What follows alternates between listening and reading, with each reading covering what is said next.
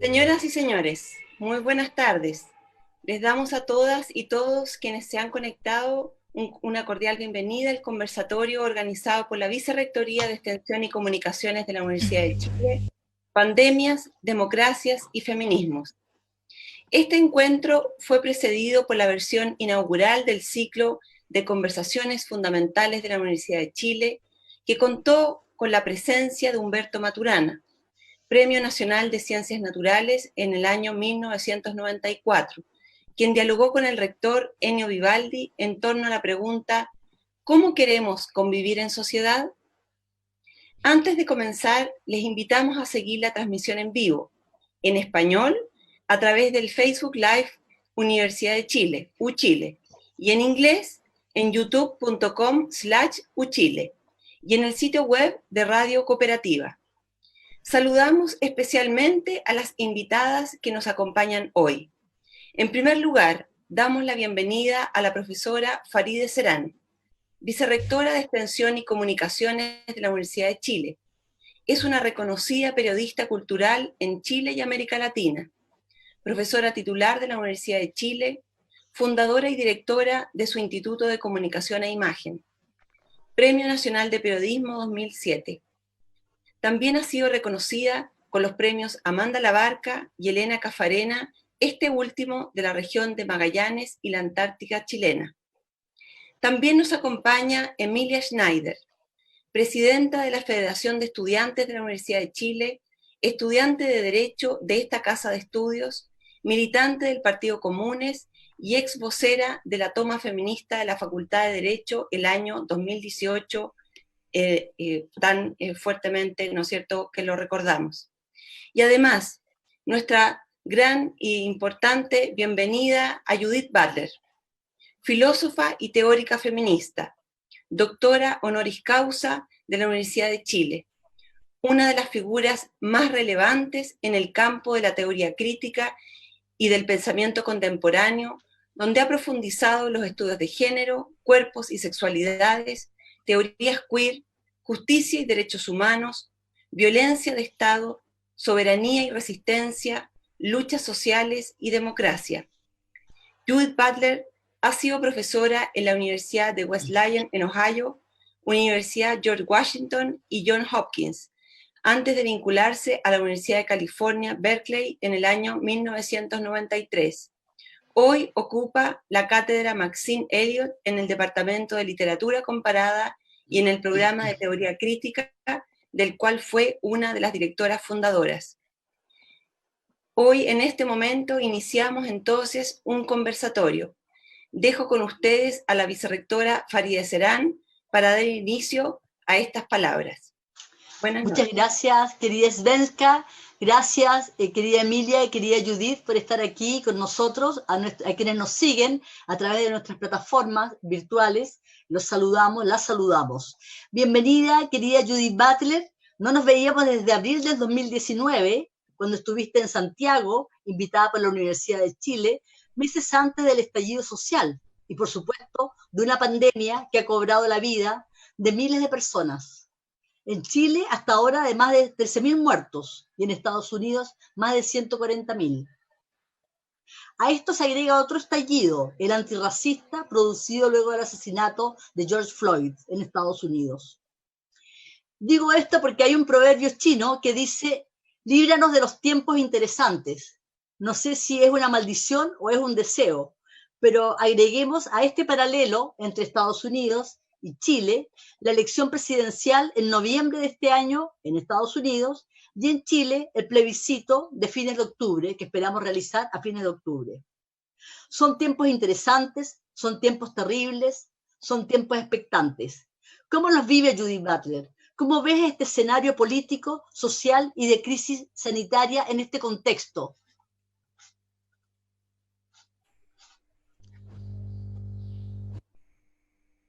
Primero, muchas gracias. Es un placer estar acá, verlos a todos de nuevo. Recuerdo muy bien el tiempo que estuvimos juntos, días y noches, en Chile. Y siento que de una forma u otra soy parte de su comunidad. Ustedes ciertamente son parte de mí. en un sentido de pertenecer más bien transnacional. Así es que muchas gracias. Yo creo que son tiempos difíciles y son tiempos prometedores. Y cuando primero entramos en cuarentena, se nos forzó u obligó a estar en casa, a dejar de trabajar en nuestros espacios laborales.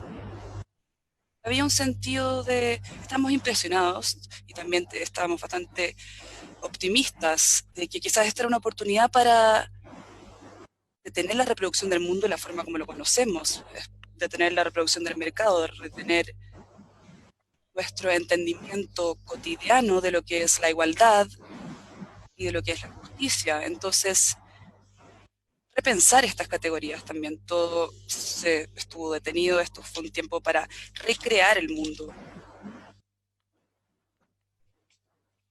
Obviamente el problema es que muy a menudo lo que vemos ahora es que en vez de reconstruir el mundo, que nos están pidiendo que reiniciemos la economía, a pesar de que este reinicio de la economía a veces viene con el costo de las vidas de las personas.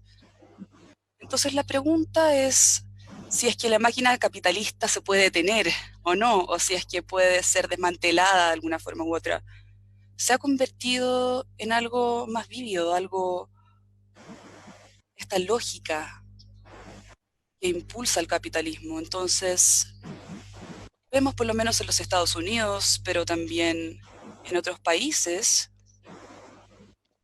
dominados por este ethos capitalista, el deseo de reestablecer la economía, de restablecer las ganancias, que a veces viene de la mano con el costo de los trabajadores en las economías de servicio, trabajadores que no tienen elección más que trabajar para poder obtener algún tipo de ganancia. Y obviamente lo que es necesario, y es obvio, es que deberían haber implementos para todos, provisiones, redistribuir esto bien para que todos tengan ingresos y para que todos tengan un sistema de salud. En los Estados Unidos vemos la intensificación de la desigualdad social y económica, las personas que están en las calles, que no tienen un sistema de salud, y las personas que están bastante protegidos en sus primeros, segundos y tercer viviendas y se mueven de la una a la otra. Entonces vemos el capitalismo de una forma impactante. También estamos viendo que a las mujeres se les pide trabajar en la casa a la vez que están en línea y se les pide que salgan a trabajar también. Muy a menudo esto tiene que ver, sufren peligro por violencia en el hogar o no se les paga lo suficiente en su lugar de trabajo. Y esta situación de las mujeres es una situación que es cada vez más clara. Y obviamente en los Estados Unidos y en el resto del mundo vemos que la pandemia afecta a la comunidad mestiza y afrodescendientes mucho más que a la comunidad caucásica, blanca. ¿Por qué?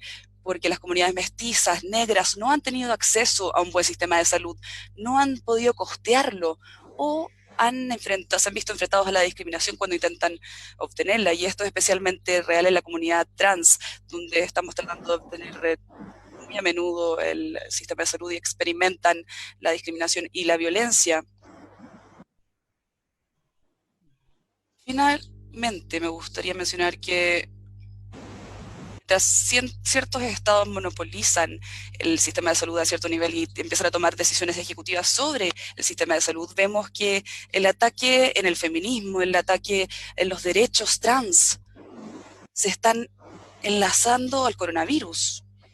En Polonia, en Hungría, en muchos países, donde están diciendo que no puedes enseñar más sobre género, la comunidad transexual no tiene derechos legales o las personas gays, lesbianas no tienen derecho a casarse. Este tipo de restricciones se están imponiendo repentinamente, lo están imponiendo estados que se supone que deberían estar garantizando un sistema de salud adecuado para todas sus personas.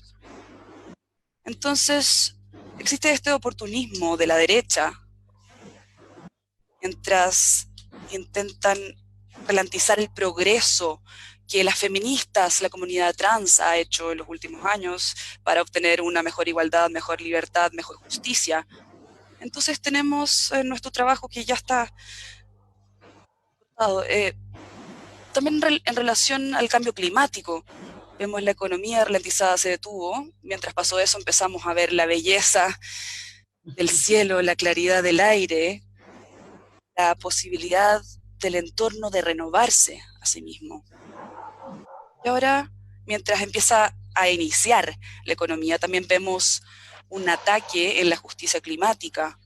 Entonces todos estos movimientos tienen que coordinarse uno con el otro para poder construir una visión distinta del mundo y para insistir en nuestra visión a la luz de formas de fascismo temerosas y políticas antidemocráticas. Correcto. Emilia, ¿sientes tú, a propósito del énfasis que hace Judith sobre el efecto en las comunidades trans, en las disidencias sexuales, el tema del COVID? ¿Qué es lo que tú podrías aportar ahí en esa línea? ¿Qué es lo que has visto? Primero, saludarlas a ambas, saludar a todas, a todos, a todos quienes nos están viendo. Para mí es un honor poder compartir panel con ustedes. Yo justamente nos conocimos con Judith cuando yo estaba empezando el proceso de ser presidenta de la federación y hoy día nos encontramos cuando yo ya estoy terminando y para mí realmente es muy, muy emocionante eso. Bueno, para abordar un poco este elemento que entrega Judith respecto a la situación de las personas trans, yo creo que ahí hay una cuestión muy interesante que nos hace replantearnos los horizontes políticos que ha tenido nuestro movimiento, digamos, el movimiento de personas trans hasta el momento, y los límites finalmente que tienen las banderas que levantamos por el reconocimiento formal. O sea, finalmente esto demuestra algo que ya veníamos diciendo mucho, que era que la ley de identidad de género, políticas, digamos, de acción más afirmativa, digamos, en el corte de lo formal, no terminaron por garantizarnos la ciudadanía plena, no terminaron por garantizarnos derechos, ni, digamos, digamos, terminar con la violencia y con la exclusión que vimos. A nosotras, bueno, me ha tocado mucho a raíz del activismo, de distintas organizaciones en las que participo, ver la situación en Chile y cómo esto también se cruza con otros elementos. La migración, por ejemplo.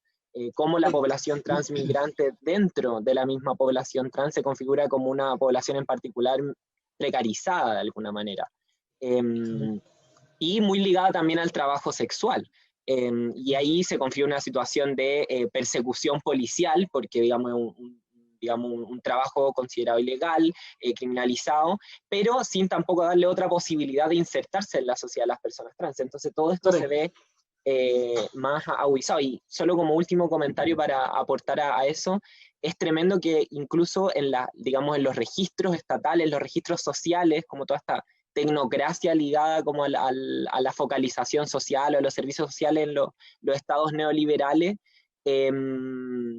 las personas trans no figuran, las personas migrantes no figuran, porque somos parte de un grupo de personas que somos consideradas ilegales, irregulares en el mundo en el que vivimos. Entonces, hay una cifra que ni siquiera se conoce, ni siquiera estamos para hacer una cifra para pensar las políticas públicas. Entonces, ahí quedan un montón de desafíos y esta coyuntura en particular los deja aún más abiertos y con heridas aún más profundas.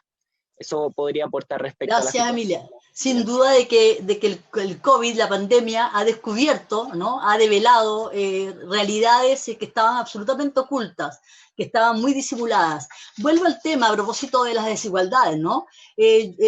Voy a citar a Judy, dice, la desigualdad social y económica asegurará que el virus discrimine, pero los humanos lo hacemos modelados por los poderes del nacionalismo, el racismo, la xenofobia y el capitalismo. Eso señala Judith en tu ensayo publicado en el Sopa de Wuhan. Y adviertes que es probable que seamos testigos de un escenario doloroso en el que algunas criaturas humanas afirmarán su derecho a vivir a expensas de otros. Es lo que te referías recién, ¿no? Que hay unas vidas en este contexto que valen sin duda más que otras, a propósito de todo el tema de la apertura de la economía. Pero eso también conduce no solo al desprecio por unas vidas que valen más que otras, sino a fortalecer el miedo al otro. ¿En qué sentido el COVID nos conduce a fortalecer ese miedo al otro, a ver al vecino como enemigo, el que no se cuida, el que te contagia? ¿Qué piensas de eso? ¿Piensas que el COVID ha recrudecido las ideologías de odio a propósito de todo esto que está ocurriendo?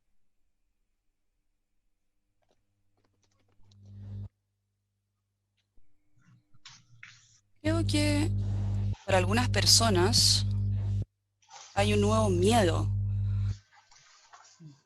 en la vida social, el miedo a la persona, a un extraño.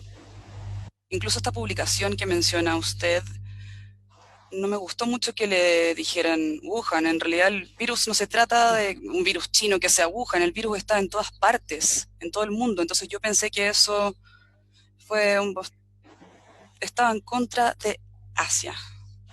Fue Sí. algo más bien racista. Y les escribí y les dije que no me gustaba mucho el nombre, pero también hay nuevas comunidades de cuidado, nuevas antiguas comunidades de cuidado. Yo digo nuevas antiguas porque en la comunidad queer, en la comunidad trans, siempre han habido comunidades de cuidado. Han habido redes que se ayudan una a la otra a escapar de situaciones de violencia. Hay redes que ayudan a las personas a obtener acceso a salud, a servicios legales, especialmente si eres minorina, si es que has tenido alguna confrontación con la policía o alguien más ha ejercido violencia en tu contra. Este tipo de comunidades de cuidado no se restringen al hogar, se expanden. Estas viviendas que incluyen a las personas sin vivienda, que viven sin un refugio fijo, que se mueven de un refugio a otro, quienes son migratorios en sus vidas.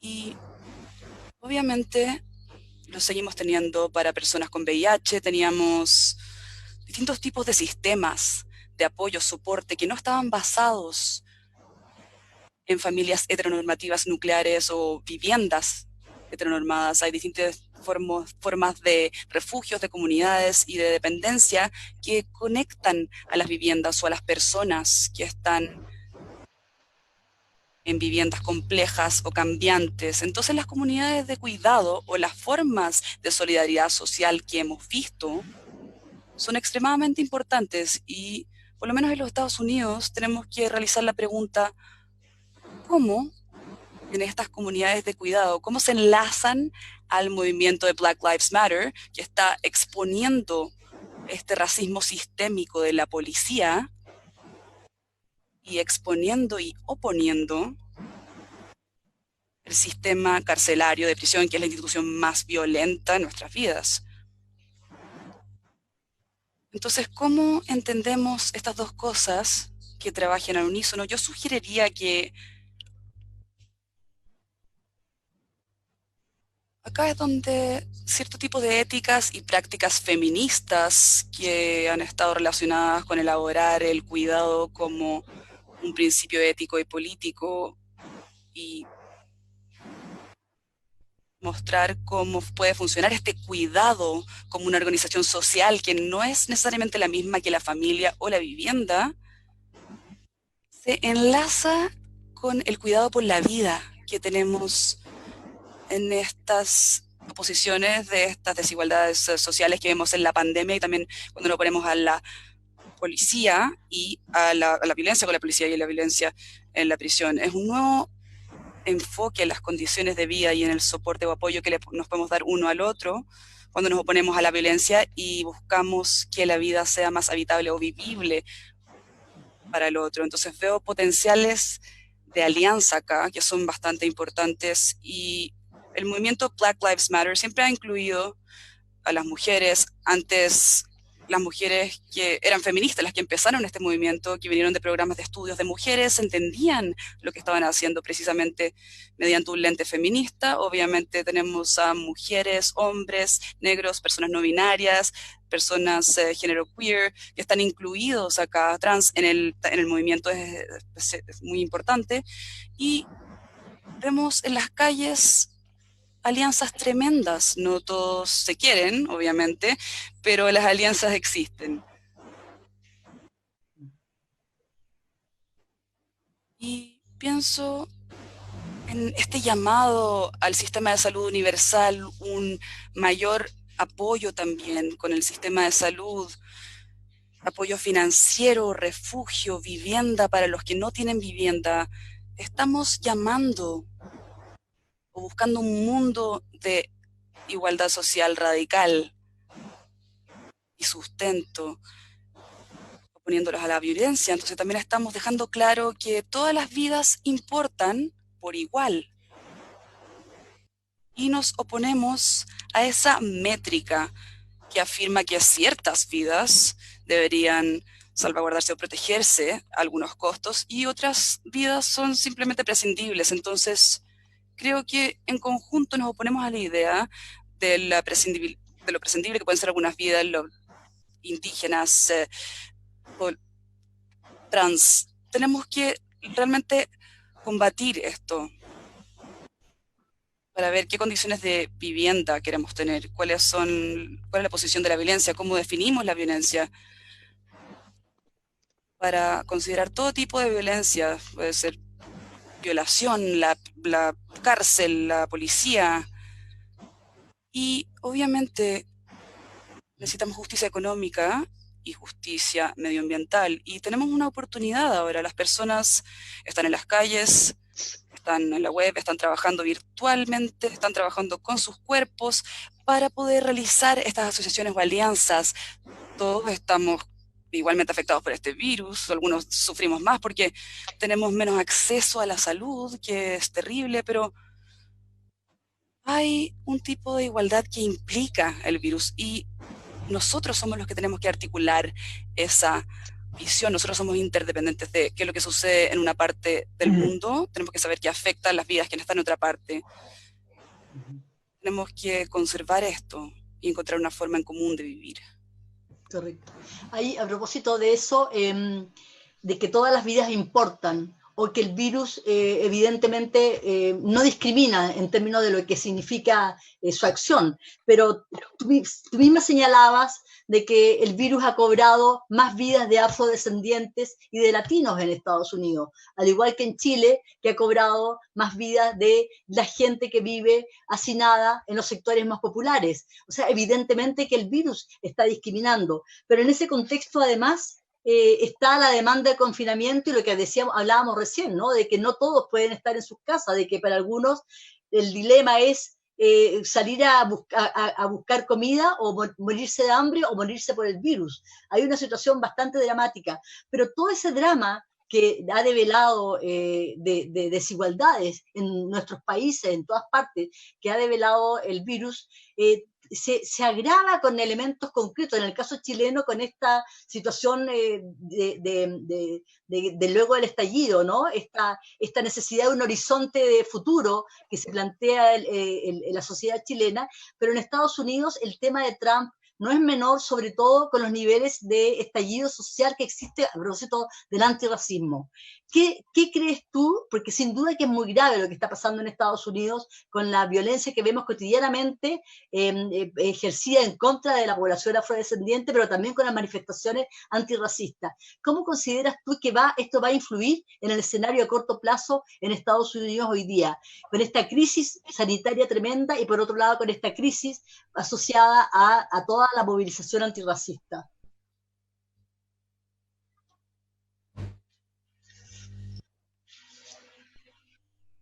Sí.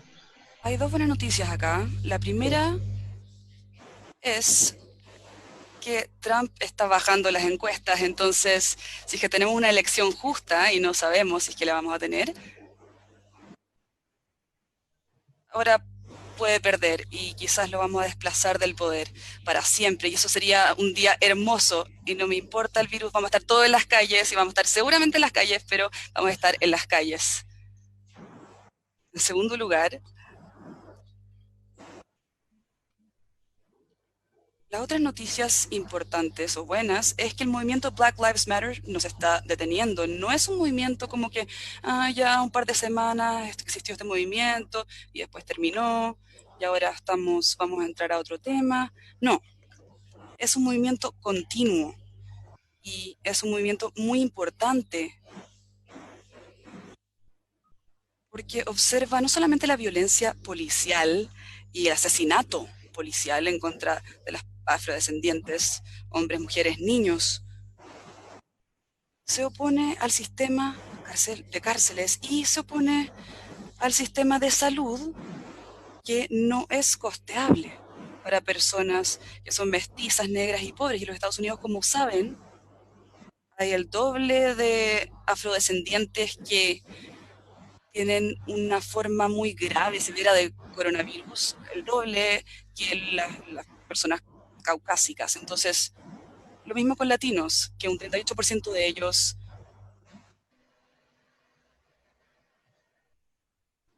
están entre las personas, un 38% de ellos que tienen los casos más graves son Latinx, a pesar de que solamente representan entre el 18 y un 20% de la población. Entonces, estamos viendo este tipo de desigualdad y creo que las personas en las calles están luchando por sus vidas, están luchando por un sistema de salud, están luchando por la igualdad del sistema de salud, están en contra de la policía. Entonces, estas dos formas de violencia están conectadas realmente. La policía asesina, las prisiones permiten la violencia, la producen una encarcelación violenta y a veces también viene esto institucionalmente con el tiempo. Subordinan a las personas, las aplastan. Pero la crisis de los sistemas de salud, vemos acá que en el fondo dejan que las personas se mueren. ¿Quién se va a morir? Bueno, ya las personas mestizas, afrodescendientes, ya las dejamos morir porque necesitamos la economía. Entonces cierta población se sacrifica para que la economía se reinicie y sea una ganancia para surgir nuevamente, para los que son dueños de las corporaciones o de los negocios o de las propiedades. Entonces, creo que lo que estamos viendo en el movimiento Black Lives Matter es una crítica completa de la desigualdad social. Y creo que también vemos el pensamiento negro feminista, que es cada vez más importante, no solamente la intersección de pensamiento de Patricia Hill Collins o Kimberly Crenshaw, pero también de las políticas de coalición de Angela Davis, quien nos recuerda que todas estas formas de desigualdad social están sucediendo en todas partes del mundo y tenemos que hacer estas conexiones transregionales y también estas asociaciones o alianzas transregionales. Como sabemos, la policía que utiliza técnicas militares en Oakland están aprendiendo todas estas técnicas de otras fuerzas policiales militarizadas en Singapur, en Israel, en distintos países, y a la vez están capacitando a las fuerzas policiales en cómo militarizarse para que ahora en Portland, por ejemplo, Oregon, en el norte de acá, las llamadas fuerzas federales, ellos son el control fronterizo, ellos son los que ponen a los niños en las jaulas, ellos son los que les pegan a los migrantes que entran. Estas son las personas que infringen la ley constantemente en el nombre de la ley y en el nombre del país, una total contradicción. Ellos dicen ser la ley, pero la infringen. Entonces, estamos comenzando a mostrar esos regímenes fascistas que le pegan a las personas que protestan, los pacíficos. No deberíamos estar sorprendidos porque, como saben, el comercio, en el fondo, el comercio en Estados Unidos, tienen ahí la Escuela de Panamá, que fue el lugar donde la CIA realmente empezó a capacitar a los torturadores, los capacitaban.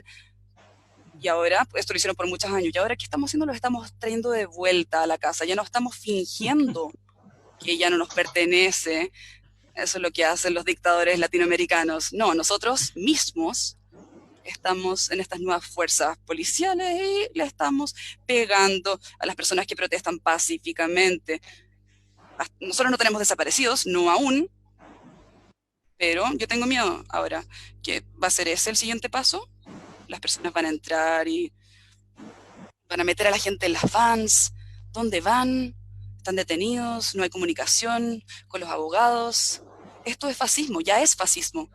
y vamos a ver lo que sucede en estas elecciones, pero yo creo que mientras más fascista sea Trump, menos apoyo va a tener, lo que quiere decir que, bueno, sí, hay supremacía blanca y la reacción de las personas que van a seguir apoyándolo son menos de un 40% de la población y se alejan de él, cada día un poco más se alejan de él. Entonces, el movimiento en las calles no se va a detener. Y nos pueden pegar, nos pueden meter en bans, pero no nos vamos a detener y esto va a suceder hasta noviembre. Y tengo fe en que este movimiento va a llevar a una visión más radical, democrática, no perfecta, pero mejor que este líder fascista que tenemos ahora. Perfecto. Emilia, ¿eres tan optimista como Judith a propósito de nuestra gente en nuestras calles y de esos horizontes? También de gente luchando por mejores condiciones de vida, por mejores horizontes de futuro. Sí. No sé si soy igualmente optimista o no sé si soy optimista, pero sí comparto mucho de lo que señalaba Judith, en particular porque en Chile nos pilla, digamos, no con una revuelta social iniciada posterior a la pandemia, sino con una revuelta social que ya había iniciado y que ya había abierto y generado mucha esperanza, ¿no? Justamente esto también, que también señalaba Judith respecto a la necesidad de un nuevo pacto social, de un nuevo, digamos, orden social. Nosotras ya estábamos viviendo esa situación, digamos, una revuelta, un proceso constituyente por una nueva constitución justamente, porque vivíamos un momento de mucha impugnación al orden social. Entonces, creo yo que la pandemia a nosotras nos interrumpe un poco eso, pero yo sí hay algo que comparto y que quería como aportar también al debate, es que la misma pandemia vota o desestima algunos mitos neoliberales que eran bastante incuestionables hasta el momento, como por ejemplo el individualismo, la necesidad de un Estado mínimo que no intervenga. Hoy día, digamos, los empresarios son los primeros en tocar la puerta del Estado para el salvataje, digamos, de la economía en un momento en que no hay nada más, digamos, funcionando que los Estados, y eso lo hemos visto mucho en Chile. Se cae el mito también de que el mercado es la mejor forma de resolver, digamos, las problemáticas sociales, de asignar recursos, y bueno, yo creo que ahí asistimos de alguna manera a un momento contradictorio o paradójico, porque estamos en un escenario de distanciamiento físico, pero al mismo tiempo vemos fenómenos de alzamiento popular, de organización, como es Black Lives Matter. Mi inglés no es muy bueno, perdón. En Chile, por ejemplo, el resurgimiento de una organización territorial muy fuerte, de ollas comunes, de distintas formas de socializar los costos de la crisis, que por lo menos a mí me traen digamos, recuerdos de la historia de nuestro país como a principios del siglo XX, digamos, cuestiones más mutualistas, economías cooperativas. Entonces yo creo que ahí se abre un momento de oportunidad, también justamente porque los discursos digamos, de la ultraderecha, como puede ser nuestro gobierno y el gobierno de Trump, de alguna manera se debilitan a tal punto que la derecha política o la ultraderecha política está en el caos, por lo menos ese es el caso de Chile, y la derecha empresarial tiene que salir a autorrepresentar sus intereses. O sea, hace mucho tiempo que no veíamos, por ejemplo, al presidente de la CPC, Juan Sutil, digamos, siendo un actor político, digamos, tan relevante en el debate como hoy. Para que lo entienda, Judith, la CPC, digamos, parte de distintas organizaciones y sindicatos de empresarios, básicamente. Entonces yo creo que eso es muy interesante. Entiende todo lo que pasa en Chile. Perfecto. Entonces yo creo que algo, y con esto como de alguna manera termino mi intervención, yo creo que lo que se pone en el centro del debate es que la contradicción hoy día es el mercado, el modelo versus la vida, porque de alguna manera el repertorio neoliberal para enfrentar esta pandemia ha dejado absolutamente, digamos, claro la barbarie a la que nos tienen sometidas. Y justamente esa contradicción mercado versus vida, creo que es algo que ha aportado harto, por lo menos en nuestro país, el feminismo chileno, digamos, una contradicción porosa, amplia, con distintos, digamos, matices. Más adelante vamos a hablar del aporte de los feminismos chilenos a las luchas sociales, que creo que es clave, en general de los feminismos. Perfecto, gracias Emilia. A propósito de debate, ¿no? Porque eso sin duda es un tema de debate, esto que estamos hablando, pero hay una carta firmada por 150 intelectuales sobre la naturaleza del debate en Estados Unidos, denunciando, comillas, un clima de intolerancia que se ha establecido por doquier, cierro la comilla. El libre intercambio de información e ideas sabia de una sociedad liberal está volviéndose cada día más limitado. Era esperable que de la derecha radical, estoy citando la carta, ¿no? De estos 150 intelectuales de todas partes, desde Chomsky hasta Salman Rushdie. Dice, era esperable que de la derecha radical, pero la actitud censora se está expandiendo en nuestra cultura. Hay una intolerancia a los puntos de vista contrarios, un gusto por avergonzar públicamente y condenar al ostracismo. Cierro la cita de esta carta, que fue publicada en la revista Harper's, ¿no? Confirma, como decía, que van de Chomsky a Salman Rushdie, 150 figuras importantes, y de alguna manera ha reavivado un debate sobre la tolerancia, sobre los límites de la tolerancia, sobre conductas intolerantes, etc. ¿Qué opina de la carta Judith Butler? Y yo busqué la firma y no vi la firma de Judith Butler. ¿Por qué no firmaste? No. No hubo firma mía. Yo sé que no, por eso pregunto. ¿Qué opina de la carta?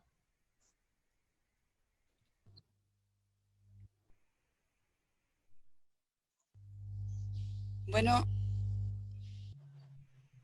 la carta es problemática porque empieza con, oh, sí, reconocemos que el movimiento Black Lives Matter es importante, somos parte de los pasos que se han tomado, sin embargo, lo que estamos imponiendo son formas de censura, confrontación, que imposibilitan que muchas personas puedan hablar de manera honesta en público o tener un discurso público que sea civil. Entonces, ¿quién es el nosotros que aprecia el movimiento Black Lives Matter? En la primera oración, cuando dicen we, nosotros, eso ya es, no es Black Lives Matter. Vimos a personas, no habían tantas personas afrodescendientes que firmaron, no muchos, entonces es una recomendación más bien paternalista, como, ah, sí, esto es importante, un movimiento importante, apreciamos los pasos que han dado, nosotros estamos acá, tú estás allá, nosotros nos diferenciamos a nosotros de ti, y te aplaudimos. Sin embargo, de forma paternalista, tenemos algo que decirte. No nos gusta tu voz, tus gritos, no nos gusta el lenguaje que utilizan, no nos gusta la rabia que tienen. Entonces, si estás enfrentando la violencia policial, vas a tener rabia. Si es que te han silenciado por décadas, vas a gritar en formas que no se conforman con la idea de algo civil, educado, esta idea de dónde viene. Tenemos que pensar, muchas de estas personas se sienten atacadas por la izquierda. ¿Por qué? Porque han dicho cosas que son bastante problemáticas. Han tomado puntos de vista políticos que son problemáticos, han exonerado a los acosadores sexuales, han participado en acoso sexual.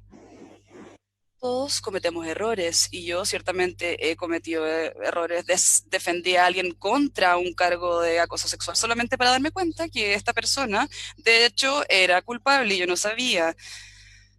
Yo sí recibo las críticas, por favor, critíquenme, puedo vivir con esto, puedo aprender de la experiencia, puedo obtener más conocimiento con estas críticas duras y puedo ser una persona más amable, quizás no me van a cancelar, asesinar, sino que tengo más de sabiduría, respondo más, aprendí de mis errores. Pero esta carta es defiende el elitismo, no la conversación, porque tendríamos un conjunto muy distinto de personas que estarían firmando esto, serían personas mucho más diversas y es liberal, pero no es de izquierda, es anti-izquierda y creo que tenemos que tener cuidado. Obviamente me encanta conversar, me gusta tener buenas conversaciones incluso cuando son un poco duras, pero también creo que algunas conversaciones son difíciles, algunas conversaciones son muy difíciles y tenemos que quedarnos con esas conversaciones. Si es que alguien me tiene que decir algo duro, yo tengo que escuchar porque voy a aprender. ¿Cómo nos transformamos con el tiempo nosotros? Escuchando lo que es difícil de escuchar, ¿cierto? Escuchando lo que yo quiero objetar, bueno, esa no soy yo, ¿no? Sí, bueno, quizás sí soy yo, quizás sí voy a tomar esto, quizás voy a aprender, quizás me voy a involucrar en un mundo distinto. Creo que es una carta muy problemática y que fue fuertemente criticada especialmente por personas que defienden el movimiento Black Lives Matter. Esto es un movimiento pacífico, el 95% de las demostraciones de Black Lives Matter son pacíficas, las personas están en las calles que por lo general no sienten que la calle es su lugar, no sienten que la calle es segura. Uno sabe esto de las feministas chilenas que marchan el violador en tu camino, ¿cierto? Todas esas mujeres, toda esa comunidad transexual que va a las calles. ¿Cómo te sientes respecto a la calle? Es fuerte, hay gritos. Las personas pueden decir, eso no es muy cortés quizás, pero eso es una norma, una civilidad de la norma blanca. Creo que tenemos dificultad con tener algunas conversaciones, pero que sean emocionales, que sean difíciles, que sean reales. O si no, vamos a estar todos actuando como si fuéramos aristócratas sentados en la pieza donde nada realmente importa, nadie le apasiona nada. Eso no es bueno. Nada funciona así. Nada se resuelve. Perfecto. Genial. Judith, vamos a volver a un tema que tú has reiterado en esta conversación, que es el tema de la salud, ¿no? Del sistema de salud. Tú has planteado que una propuesta de salud universal y pública, señalada en la candidatura de Sanders, a quien apoyaste, y de Warren, revitalizó el imaginario socialista en los Estados Unidos, uno que ahora debe esperar para hacerse realidad como política social y compromiso público en este país. Esto lo afirmas como un ideal que emerge en medio de la pandemia, pero muy vigente para los movimientos sociales. ¿Lo crees posible? ¿A eso apuntas cuando dices que el mundo debe cambiar y que los ideales del socialismo democrático son los que deberían ser más valiosos?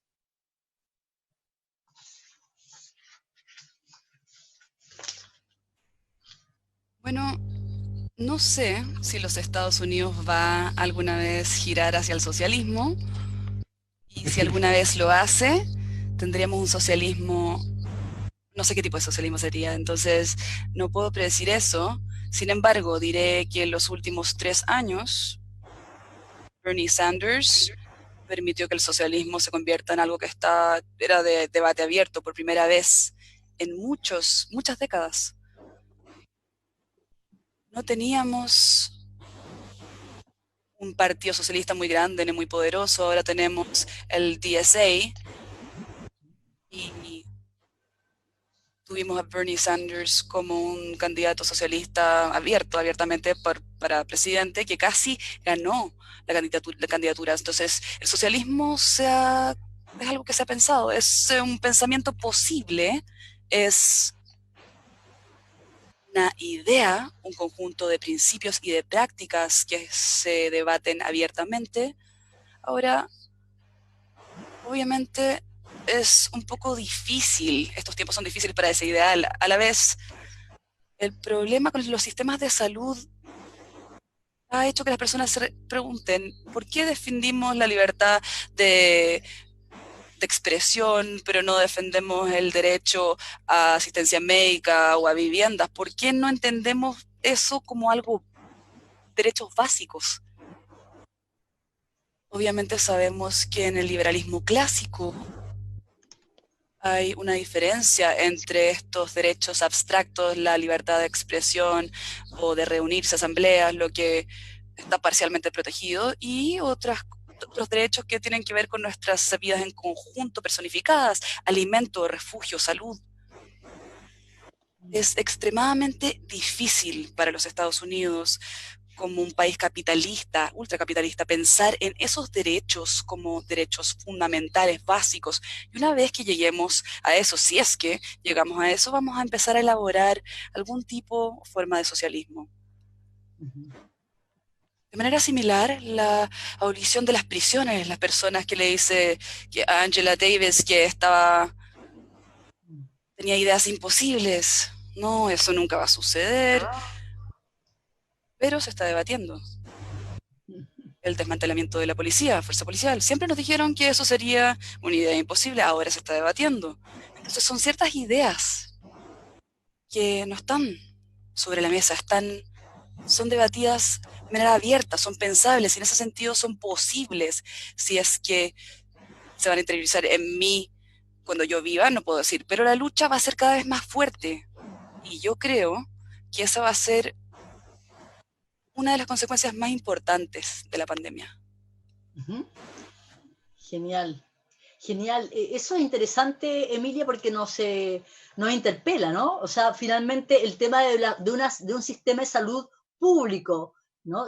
Donde todo el mundo tenga acceso, de un sistema de educación pública efectivamente de calidad, ¿no? Y no mercantilizada, un sistema de pensiones básicos asegurados, son como los grandes pilares en los que se ha basado el malestar que luego dio origen al estallido y que sigue dando origen a una sociedad que está buscando un horizonte futuro en este momento constituyente. ¿Tú sientes que efectivamente, a propósito de lo que plantea Judith, este horizonte de sistema de seguridad, de salud público, social, es posible también planteárselo junto con los otros sistemas que se ha venido debatiendo? ¿Lo ves más cercano en este contexto de una pandemia que acelera ciertos procesos? Sí. Antes de meterme en ese tema, yo estoy muy de acuerdo con la reflexión que ya daba Judith respecto a la carta. En Chile nos decían mucho que en la revuelta social la manera en que protestábamos no era la forma, y creo que la respuesta que das tú le da un sustento muy, muy importante a quienes defendíamos justamente que las transformaciones se gestan de esas maneras, digamos.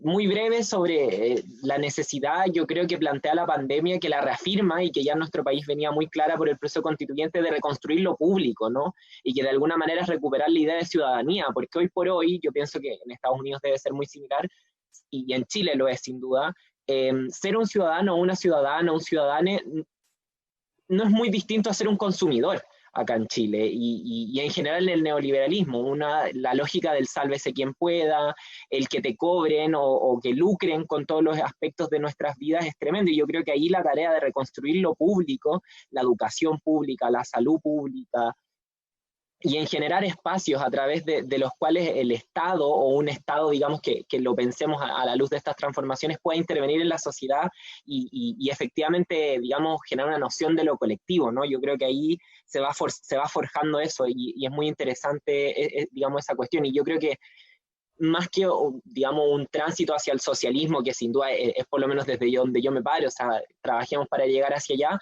pero yo creo que garantizar derechos sociales y fortalecer eso es darle una salida al neoliberalismo salvaje en el que vivimos hoy día, más que necesariamente transitar hacia un sistema socialista, y es una cuestión mínima hoy día. O sea, a eso me refería un poco yo cuando antes ponía como la relación con, digamos, o sea, como finalmente o elegimos el modelo o elegimos la vida, pero este modelo es completamente incompatible con la vida, no solamente de las personas, sino del ecosistema en general. Y bueno, y ahí yo creo que también se mezcla mucho con esta idea que se ha instalado harto desde el movimiento feminista, de que estamos viendo una crisis de los cuidados, que no es solamente el cuidado en la casa. Y yo creo que ahí hay algo bien importante, o sea, ¿qué significa que el Estado asuma o que la sociedad asuma como colectivo la labor de los cuidados? Yo creo que eso tiene una relación profunda con avanzar en derechos sociales, y sin duda yo creo que este escenario de alzamiento popular tenemos que trabajar para que, digamos, ese ideario lo defenda como propio, y yo creo que está en el seno del malestar que se expresa. Así que sí, yo en ese sentido soy un poco optimista. Hay paralelos, ¿no?, en los procesos que estamos viviendo en los dos países.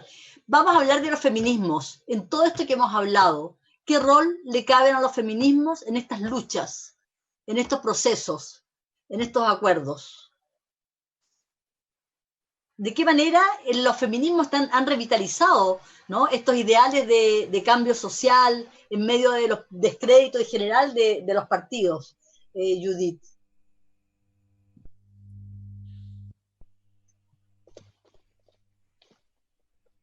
Como saben, pensemos un poco sobre esta sorprendente acción callejera que sucedió en Chile cuando las feministas, el emblema feminista, un violador en tu camino, se cantó. Esto fue un fenómeno global. Las personas, las mujeres que fueron a las calles para oponerse a la violencia sexual, Esto no fue una acción pequeña. De hecho, se esparció por el mundo. Entonces, eso fue un ejemplo de feminismo en su rol de liderazgo, en pensar en las calles como un lugar de violencia. Si es que ingresamos los movimientos feministas chilenos, si es que los oponemos a la violencia en Argentina y obviamente articulado para también por Minors, por ejemplo, junta eso con el movimiento Black Lives Matter. Lo que estamos comenzando a ver es una política callejera, donde las personas se están haciendo cargo nuevamente, reclamando nuevamente las calles en nombre de sus cuerpos y en su derecho de vivir y su derecho de mantenerse vivos. No solamente el derecho de vivir ahora, sino el derecho a las infraestructuras que posibilitarían vivir y para que otros vivan también. Entonces, cuando hablamos del neoliberalismo, una de las cosas de las que hablamos en Estados Unidos y en Chile son los servicios sociales, cómo los servicios sociales están externalizados.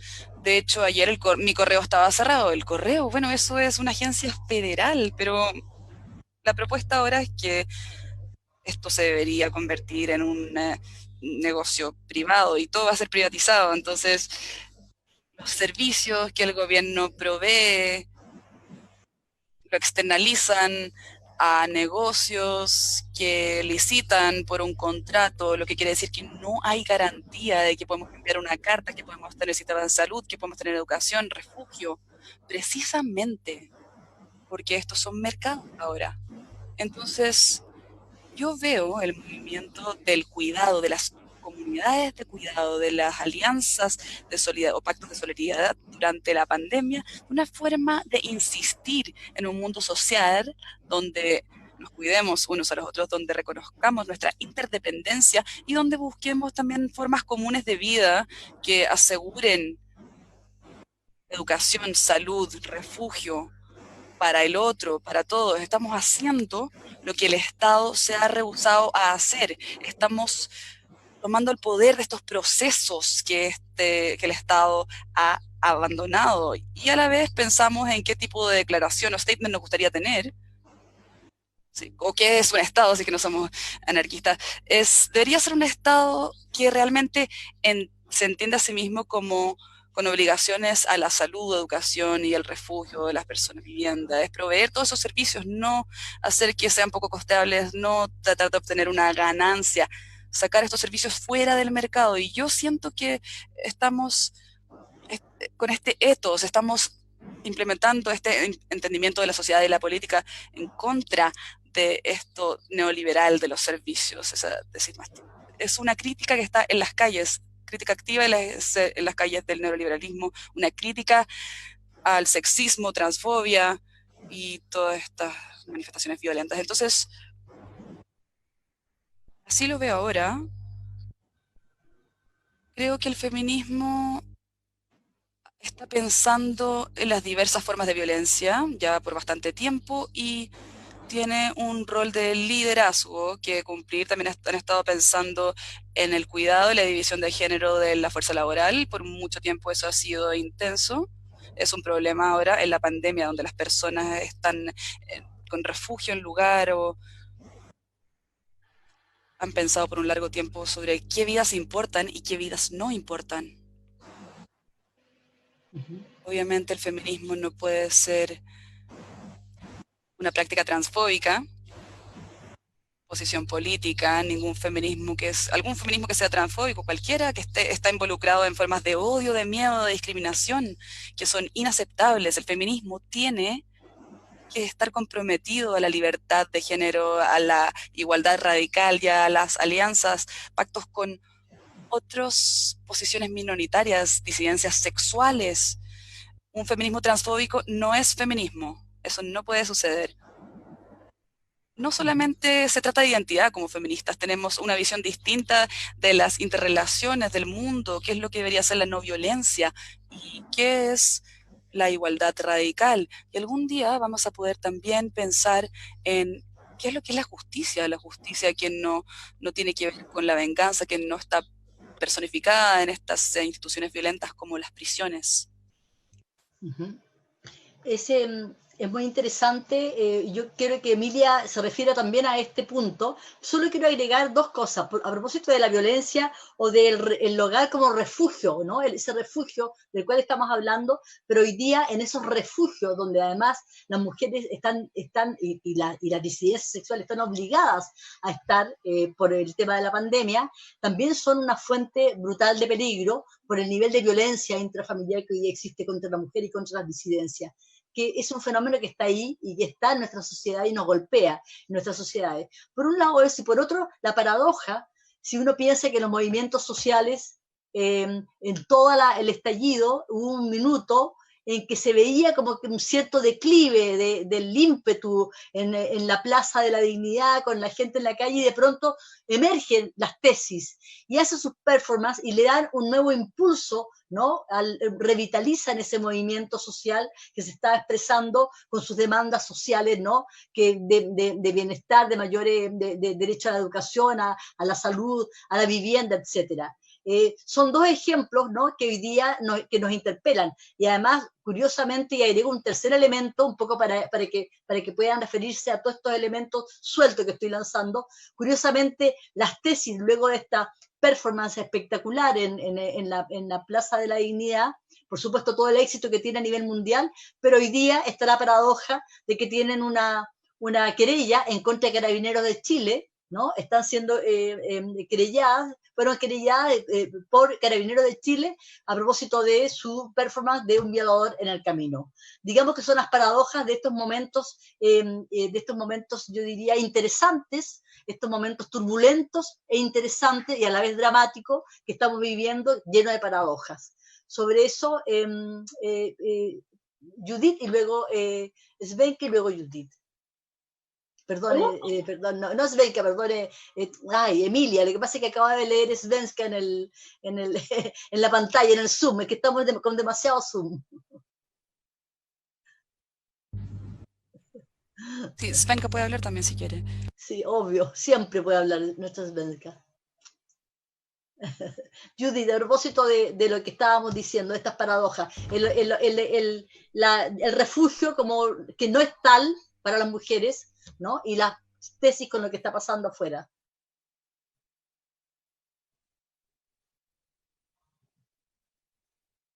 Bueno, obviamente es una crisis pensar en un refugio seguro ahora, si es que no hay vivienda o si la vivienda es un lugar violento, entonces las mujeres, la comunidad trans y los jóvenes queer también necesitan estar fuera de las viviendas las cuales están en peligro. Pero para ser ingresados a un refugio altamente poblado, quiere decir que tenemos este riesgo de obtener el coronavirus y enfermarnos y probablemente morir, dependiendo de la salud. Uh-huh. Pero creo que hay unas nuevas políticas de refugio que tienen que emergir. Yo creo que el refugio es un lugar, obviamente es un lugar arquitectónico, protegido de los elementos, pero refugio o vivienda también es una forma de describir un conjunto de relaciones interdependientes. ¿Dónde puedo ir? ¿A quién puedo ir a ver? ¿Quién me va a dar refugio? Y creo que el refugio también es algo que nos damos los unos a los otros con la propiedad que tenemos o el espacio que arrendemos. Nos entregamos refugio uno al otro y el refugio tiene que ser un concepto más móvil ahora. Y a la vez pienso que en el mundo, dado cuántas personas están viendo sin un refugio adecuado, tiene que haber, y hay, pero tiene que ser intensificado ahora, un movimiento para vivienda pública, para entender la vivienda pública como un bien social. No podemos ser un cuerpo sin un refugio. Si somos un cuerpo en el mundo, tenemos que tener un refugio. No podemos simplemente ser un cuerpo con derechos y sin refugio. No podemos continuar viviendo sin refugio. Un refugio nos permite continuar viviendo. Es una condición relacionada con la infraestructura y la vida. Entonces, si tenemos un derecho a vivir, tenemos un derecho a refugio. Correcto, correcto. Gracias. Judith, Emilia, el tema, las tesis, esta paradoja, ¿no? Esta revitalización, pero paradoja, porque idea creyada, y por otra parte, bueno, todo el tema de refugio, ¿no? Sí, sí, yo partir partir con el tema de las tesis, yo creo que todo lo que ocurrió en Chile, bueno, y en particular ahora con la pandemia, con esta querella, nos habla de que también estamos asistiendo a un momento y que una cuestión que tenemos que mirar con mucho ojo y estar muy atentas y ser muy críticas también de esa situación, de que cada día se naturaliza más el autoritarismo, la militarización, la policialización en general de nuestra vida cotidiana. De alguna manera el confinamiento, las medidas de la pandemia volvieron a poner eso, digamos, en nuestro cotidiano, y eso es muy peligroso para, digamos, cuál es la sociedad que viene ahora para el futuro. Como decía Judith, digamos, los desafíos que tenemos para reconstruir el mundo no puede ser uno en el que se naturalice la represión y justamente, digamos, estas voces disidentes, estas voces críticas que se intenten acallar. Sobre el tema del refugio, sobre el recrudecimiento de la violencia, yo ahí vuelvo a una idea que había dicho anteriormente, que tiene que ver justamente con ampliar y recepcionar, digamos, desde el Estado, desde las instituciones, un concepto más amplio de cuidados, que no es solamente, digamos, el cuidado doméstico que cae, digamos, sobre los hombros de mujeres, sino también es, en general, todas, digamos, las condiciones que son necesarias para la reproducción de la vida de las y los trabajadores, de las y los ciudadanos en general. Y en ese sentido, digamos, se incluye todo esto, el derecho a la vivienda, el derecho a la salud, a la educación, y eso es justamente que un Estado asuma el rol de cuidar, o que como sociedad colectivicemos el cuidado. No es solamente socializar las actividades en sí, sino entender que también hay una cuestión institucional ahí, y ahí yo creo que hay una interrelación entre lo primero que decía y eso, porque muchas veces se trata en este debate y se dice con mucha liviandad que se necesita más Estado, porque en el neoliberalismo el Estado ha retrocedido. Pero yo ahí me pregunto, ¿qué Estado necesitamos? ¿Necesitamos más Estado autoritario o necesitamos un Estado, digamos, que garantice derechos y que también garantice la capacidad de agencia de las comunidades organizadas para resolver sus problemáticas? Yo me inclino justamente por lo segundo. Y sobre digamos, la problemática de la violencia, y con esto cierro, yo creo que es muy complejo por el momento en que vivimos, por el nivel de injusticia que hay, digamos, dejarnos seducir por el punitivismo, por este llamado feminismo carcelario que de alguna manera se le ha ido atribuyendo y que yo a Judith de alguna manera criticaba apuntando a que ni la policía ni la cárcel son instituciones que nos protejan a las mujeres, a las disidencias sexuales, sino que todo lo contrario. Han sido instituciones que han reproducido violencia y criminalización en nuestra contra. Entonces ahí el movimiento feminista tiene que servirse de otras herramientas, y yo creo que el movimiento feminista chileno, el 2018 y hasta la fecha, ha dado respuestas contundentes en ese sentido. O sea, para combatir la violencia de raíz y no estar viviendo la barbarie que estamos viviendo, hubiera sido óptimo que el 2018 en nuestro país, y bueno, y ojalá en el mundo desde hace mucho antes, nos hubiéramos hecho cargo de construir una educación no sexista, de garantizar la educación sexual integral como un derecho, para hablar, para politizar, para discutir y desnaturalizar cuestiones como la violencia, el abuso, la discriminación, y eso nos permite construir futuro. Y yo creo que ahora que estamos en un momento de pensar el mundo del futuro, eso tiene mucho, mucho sentido. Correcto. Con las respuestas punitivistas a la vuelta de la esquina. Perfecto. Ajá. Creo que yo diría que la versión del neoliberalismo que está acá y tal vez allá también es una donde el Estado es más pequeño, en cierta medida, que externaliza todos los servicios sociales, pero también se convierte en algo más poderoso mientras continúa utilizando sus poderes policiales y sus poderes de prisión para contener a poblaciones que están desafiando la violencia del Estado. Entonces se agranda de una forma u otra y más se achica de otra forma. Yo también estaría interesada en entender cómo la policía podría criticar las principales demostraciones feministas, pero yo creo que esto fue un esfuerzo por debilitar el movimiento y suprimir el mensaje que estaban mandando y defender el Estado y sus propios poderes violentos, carcelarios contra el combate. Entonces uno tiene que poder leer esto como realmente es. Sigue siendo una lucha sobre las calles. ¿A quién le pertenecen las calles? ¿Son las calles un bien público, un lugar donde uno podría esperar seguridad y reunirse, asambleas, un lugar social? ¿O tiene que ver con el miedo al violador, pero también miedo al policía que viene a salvarte del violador? No, no, esto es una lucha constante acá y allá. Perfecto. Gracias, Judith.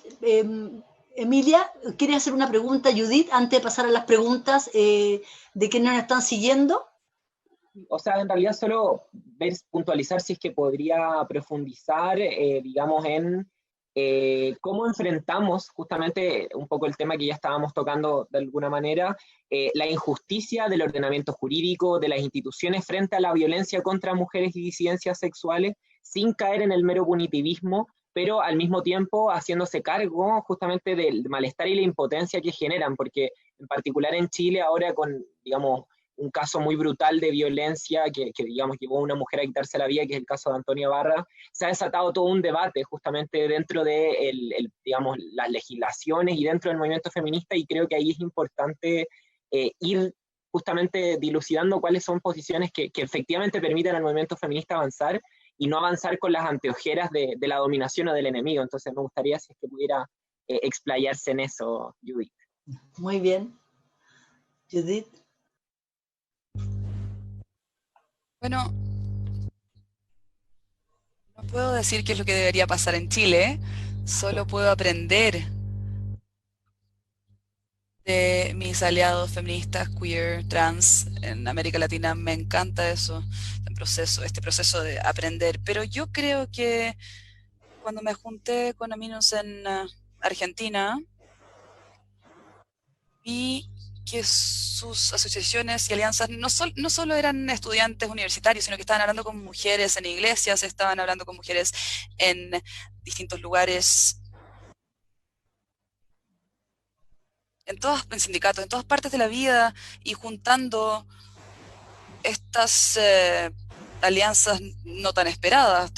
No todos habían leído los mismos libros, no era un movimiento que simplemente llegó de la universidad, sino que un movimiento que vino de los barrios, de las personas, sus trabajos, sus situaciones. Y creo que esos tipos de alianzas son los que permiten que millones de personas entren a las calles a decir: esta muerte incorrecta, Breonna Taylor, a quien la asesinaron la policía en su hogar, ella estaba durmiendo, estaban en la casa incorrecta, la asesinaron, ni siquiera buscaron quién era. Entonces estas formas de violencia impensable, masiva, se esparcen por la sociedad. Las personas no han experimentado exactamente lo mismo, pero algo en su experiencia sabe lo que sucede ahí. Algo de su experiencia lo enlaza con lo que sucede allá. Entonces creo que continuamos haciendo estas alianzas prosregionales, interregionales y con regiones, específicamente Chile. Hay problemas que traspasan las fronteras y aprendemos uno del otro. Yo siento que en América del Norte estamos aprendiendo de ustedes, ustedes son los más poderosos, tienen los movimientos transfeministas más poderosos, y creo que eso ha cambiado la forma en la cual piensan las personas, para ver cuáles son las acciones a tomar, cómo la gente se asocia, hace alianzas, y cómo podemos desafiar profundamente estas fobias enraizadas y desigualdades enraizadas. Entonces yo no les puedo decir qué hacer, lo siento. Pero eso solamente puedo aprender de ustedes. Es un desafío. Gracias, Judith. Bueno, quiero decir que han llegado más de 700 comentarios, ¿no? A través de las redes, muchos agradecimientos, hay muchísimas preguntas. Hay un comentario que quiero compartir porque me parece precioso. Dice, Judith, puede que no leas esto, pero has cambiado mi vida para mejor. Y eso es algo que siempre estaré agradecido. Muchas gracias por abrirme el corazón y la mente con tus libros. Eso lo dice alguien que nos ha estado siguiendo, un seguidor en las redes, para Judith, me parece que es muy precioso. Aquí hay un par de preguntas que hay muchísimas, pero no queremos abusar porque sabemos que esto además es agotador, este sistema de Zoom, pero hay un par de preguntas que me parece que es interesante. Voy a buscarla, por aquí estaba, de las tantas que llegaron, ¿no? La perdí, la estoy... aquí dice, alguien pregunta, ¿cómo podemos ayudar a nuestros cercanos de mayor edad a que logren un cambio en su mentalidad respecto del feminismo e inclusión? ¿O seguimos el consejo de ignorarles porque ya son muy viejas para cambiar? Esa es una pregunta. Luego pregunta a alguien más si puedes explicar el concepto de tecnocracia. ¿Cómo crees que esto continúe y qué efectos va a traer? Pues de alguna manera eso lo hemos señalado, ¿no? Pero un poco el tema a propósito, en la pandemia, en todas partes también, los grandes castigados no han sido solamente los pobres, los afrodescendientes, los indígenas, las mujeres que han sufrido violencia, también los viejos, las viejas, los adultos mayores, ¿no? Que han sido estigmatizados y a quienes se les ha negado el derecho a la vida también más claramente desde un comienzo, cuando se decía que frente a un ventilador mecánico se iba a definir si, de acuerdo con ciertas características, con qué posibilidades de vida podía tener o sobrevida una persona sobre la otra. Esa otra definición brutal que también discrimina a nuestros viejos. Nos recuerda a una famosa obra de un gran escritor chileno, Carlos Droguet, que tiene una novela distópica que se llama Matar a los viejos. Pero bueno, aquí pregunta alguien a propósito, es otra cosa, es otra la pregunta, ¿no? Es cómo lograr un cambio de mentalidad respecto al feminismo en los viejos, en las viejas, en los adultos mayores. ¿Qué hacer? ¿Qué es lo que sugieres? ¿Qué es lo que piensas? ¿Cómo lo enfrentas?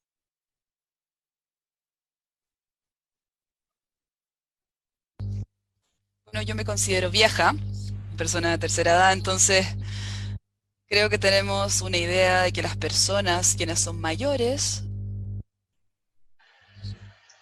tienen sus formas, son rígidos en su pensamiento, pero creo que eso no es necesariamente real. A veces las personas se abren de mente o son más generosos.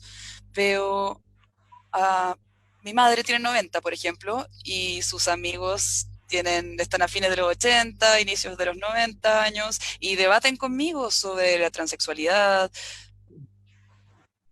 sobre Alexandria Ocasio-Cortez. Quieren saber y entender. Entonces, creo que no deberíamos tener esta idea de que la tercera edad está atascada. Podría ser que tienen mayor necesidad por estabilidad, ya que se perciben un poco más frágiles, pero eso es importante. Una persona de la tercera edad que se siente frágil en cuanto a la salud durante la pandemia, esa es la base sobre la cual preguntar, bueno, ¿quién más es frágil? ¿Quién más está experimentando esta fragilidad? ¿Quién está sin sistema de salud? ISAPRE, ¿quién está sin refugio? ¿Quién está viviendo con un miedo? ¿Quién no hay protección contra este virus? ¿O una profunda sensación de que mi vida es prescindible? Que los economistas y al gobierno no le importa mi vida. Entonces, por ejemplo, habían algunas personas que pensaban, sí, todos deberíamos abrir la universidad y obviamente eso significa que las personas quienes son mayores o tienen condiciones preexistentes no van a poder ir a la universidad. Y yo vi a algunos administradores, personal, diciendo, ya, bueno, está bien, son mayores, no importan. ¿O qué? Aceptamos que van a venir, se pueden enfermar, se pueden morir, pero esa es una muerte prescindible, una muerte que estamos dispuestos a aceptar. Es una experiencia bastante chocante de sentir, debido a que pueden prescindir de nosotros por nuestra edad. La vida ya no es valiosa. Y obviamente es una métrica capitalista del valor, si eres productivo o no. ¿Cuántos años más de fuerza laboral vamos a sacar de ti? No, no tanto, así que no importa. Ese tipo de cálculos son brutales y dejan a las personas sintiendo que si no son productivos, sus vidas no son valiosas. Entonces es algo en lo cual tenemos que pensar, sobre lo cual tenemos que actuar, porque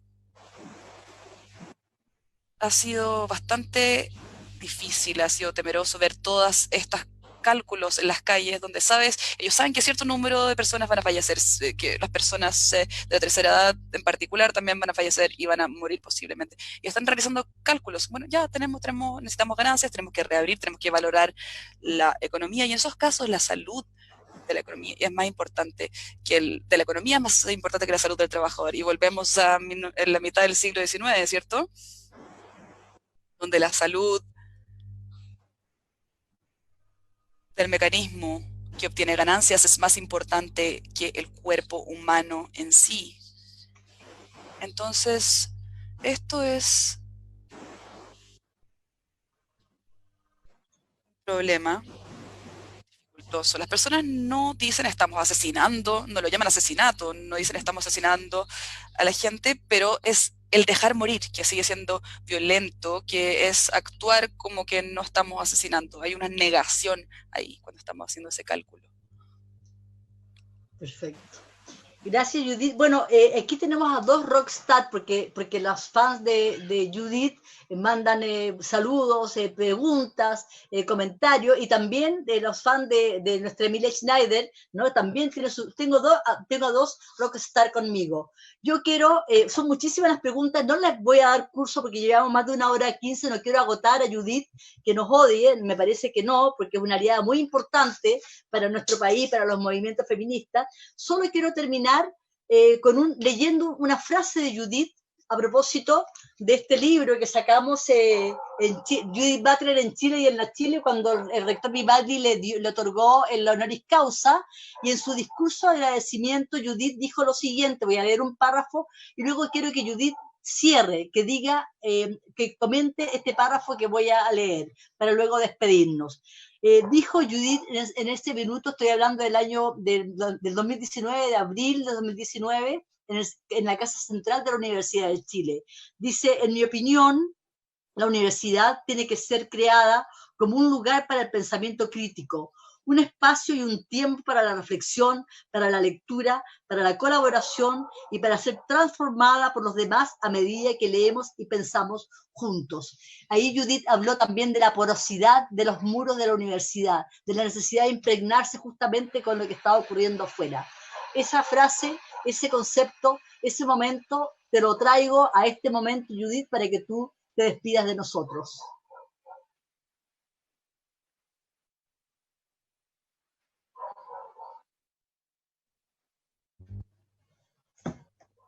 En primer lugar, muchas gracias a todos por organizar este evento. Solo lamento no poder estar ahí en persona. El día de hoy es algo un poco difícil. ¿Dónde están? No las puedo tocar, no las puedo encontrar, pero están ahí de cierta forma. Entonces, me da un poco de tristeza de estas distancias en las que estamos viendo ahora, las distancias sociales. Cuando pienso en la universidad,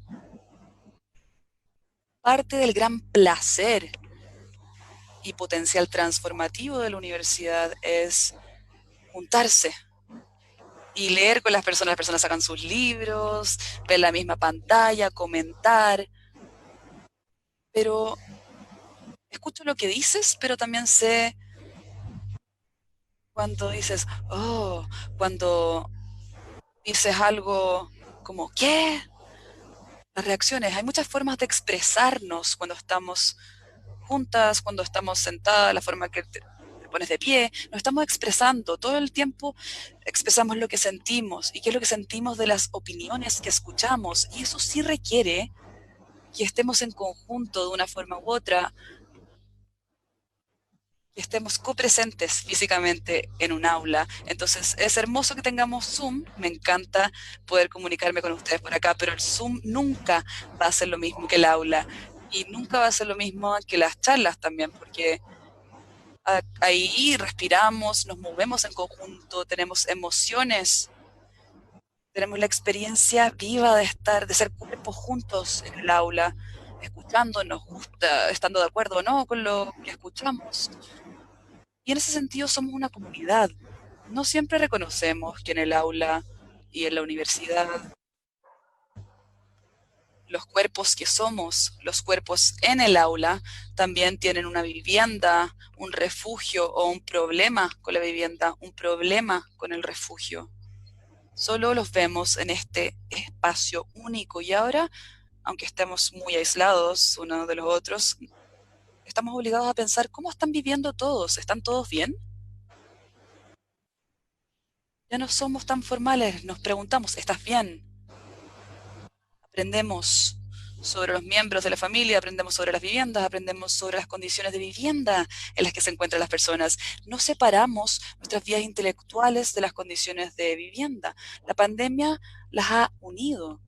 Y una cosa que podemos hacer en las universidades es preguntar, ¿qué es lo que la pandemia nos dice sobre qué condiciones de vida queremos interiorizar en este mundo? ¿Qué pensamos que sería justo y adecuado? ¿Qué pensamos que sería igualitario?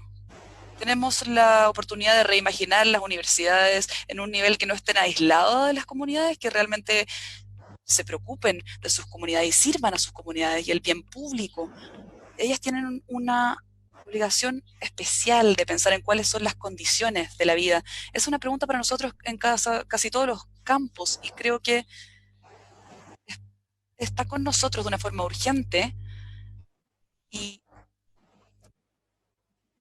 se ha materializado en todo tipo de proyectos en el área de humanidades, en el entorno, en las ciencias sociales, en la ciencia. Entonces, me encanta nuestra conversación, me gustaría poder continuar. Confío en que sí vamos a continuar con la conversación, que esto es solamente un capítulo en nuestra larga relación.